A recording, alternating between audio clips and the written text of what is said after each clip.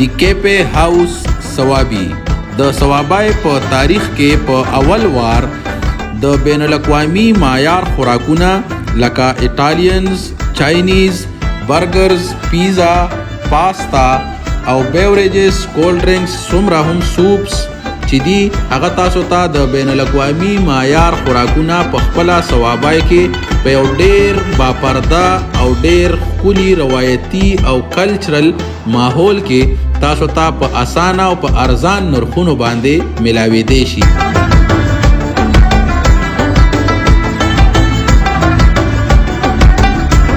مشرانو، ځوانانو او د مختلف مکتبه فکر خلکو شرکت وکړو.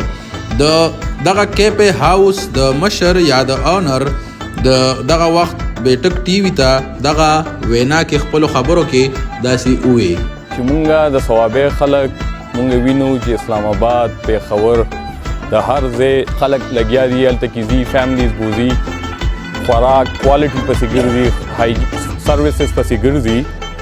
نو مونږ او شهباز دي دا صلاح وکړه چې مونږ یاره دلته یو داسې په ډور سټپ باندې یو شي ورکو دې خلکو ته چې هغې اسلام آباد او پیښور ته نه ځي. نو مونږ مین مقصد د دې بیکرۍ د کیفې دا دی چې دلته کې تاسو فیملی سره راځئ، یو انوایرمنټ ورکو چې کې تاسو ته دا مسلې نه وي چې یاره دا ثوابۍ ده یا دلته کې مونږ ته ښه کوالټي سامان نه ملاویږي یا سروسز نه ملاویږي. نو انشاءالله تاسو به ټرای کوئ، تاسو به وګورئ. مونږ مین فوکس دلته هرګز دا نه چې مونږ دلته نه پروفټ وکړو. مونږ مطلب دا دی چې ثوابۍ خلکو ته مونږ یو داسې شی ورکو چې هغې ووایي چې یاره په دې ثوابۍ کې داسې شي شته چې مونږ به مردان یا پیښور یا اسلام آباد ته نه ځو. مین مقصد د دې کیفې او د دې بیکرۍ دواړو دا دی. او مونږ خپل ټیم ته خپل چې کوم کسان لګیا دي هلته کې کار کوي هغې ته مو کلیر ویلي دي چې بهی دلته کې مونږ پروفټ ته نه یو راغلي، دلته کې مونږ ثوابۍ خلکو ته سروسز ورکول غواړو چې هغې یې وګوري او ویې مني چې یاره واقعي یو کوالټي کیفې او یو کوالټي بیکري کولو شوي ده. نو انشاءالله د مونږ امید دی او ستاسو نه به فیډبیک هم اورو که خیر وي چې څه داسې مسلې پکې راځي یا تاسو مونږ ته بیا ویلې هم شئ، په هغې به مونږ کار هم کوو. خو د مونږ مقصد دا دی چې دلته کې انشاءالله مونږ داسې کار وکړو چې تاسو خلک اسلام آباد او پیښور ته نه ځئ د دې دپاره. تاسو ته په کور کې هر شی ملاویږي. ثوابۍ خلک پښتانه خلک دي، غم خادی دي، د هغې دپاره هغې یو ځای بل ځای نه د خپل میلمه وایي چې زه یې ښه سرف کړم، ښه کوالټي شیزونه، ښه کوالټي فوډ ورته سرف کړم. نو انشاءالله چې مونږ به کوشش کوو چې په دې امیدونو باندې مونږ پوره ورسو.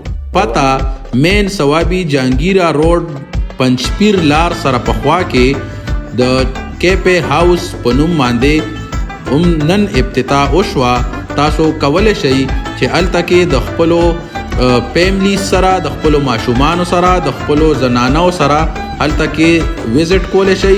یو ډیر باپرده او ډیر مزیدار پرسکون ماحول کې تاسو د ژوند نه خوندونه اغستی شئ. موبایل نمبر 0314259668 0318970026.